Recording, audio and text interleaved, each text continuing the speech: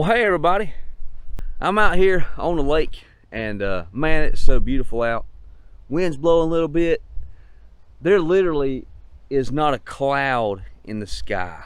It is so beautiful.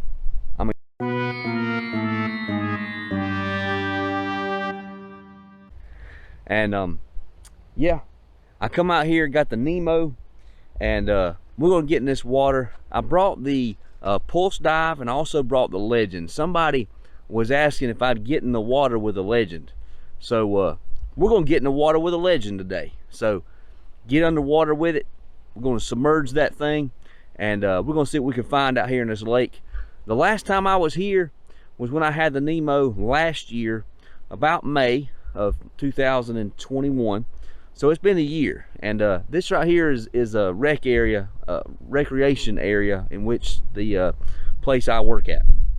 And so I know that it was used a lot over the summer, 4th of July and all that stuff. So I know there's a lot of people out here, and I haven't detected out here since. So I'm hoping that they drop something out here. I don't care if it's just coins, but we're gonna get the Legend out here, get it underwater, and see what we can find with it, and as well as the pulse dive. So let's do it. Let's find something in the lake today.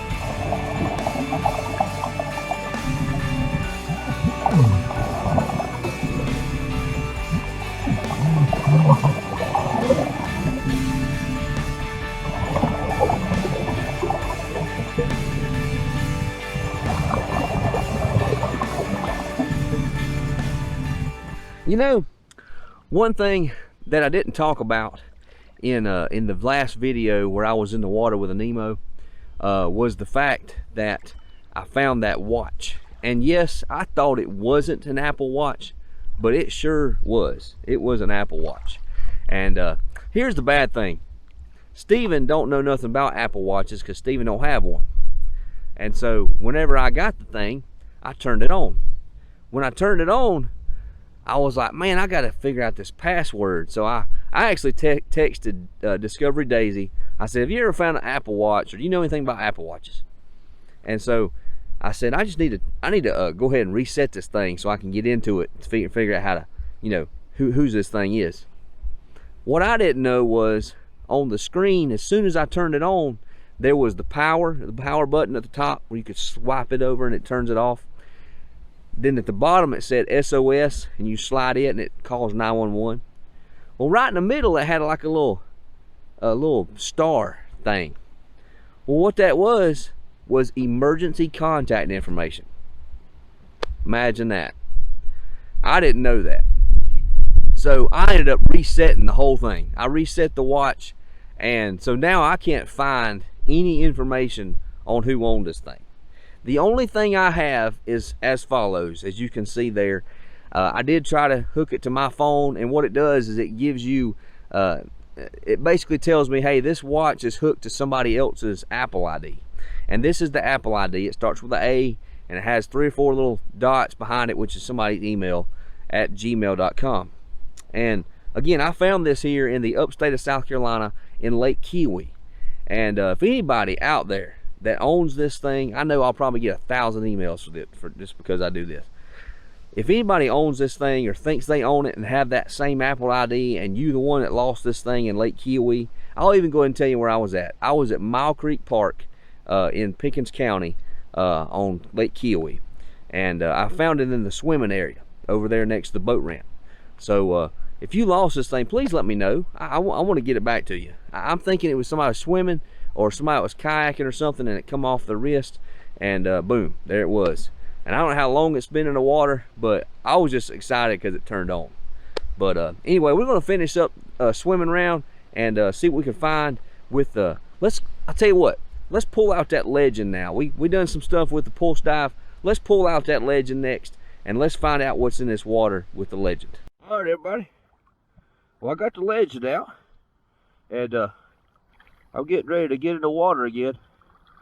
And I didn't put my flippers on because I want to walk. I want to try to get deeper. So I want to try to stand up and detect in about the 8-foot area, 7, 8, 9 foot area. So we're just going straight under. Let's do this thing.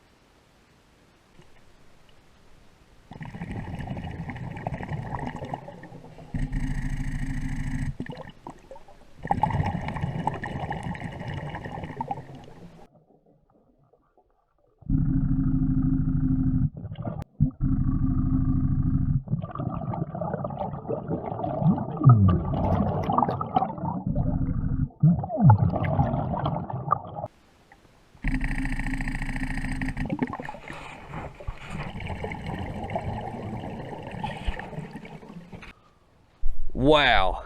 All I can say is wow. Man, it don't matter what you find. It doesn't matter. Man, I always have a great time in that water.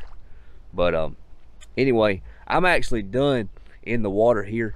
Now, I shot some video a couple weeks ago at the same lake, different area, and I didn't find anything. But I want to show you some of the footage, because I got down there and I found some awesome bass down there and some brim, and was down there swimming around with them. And I was around a little pier area, like a dock for boats and everything. So I was swimming around in that area, and so I was getting some good shots of some bass. And I just wanted to show you that footage real quick, and then we'll be wrapping this thing up.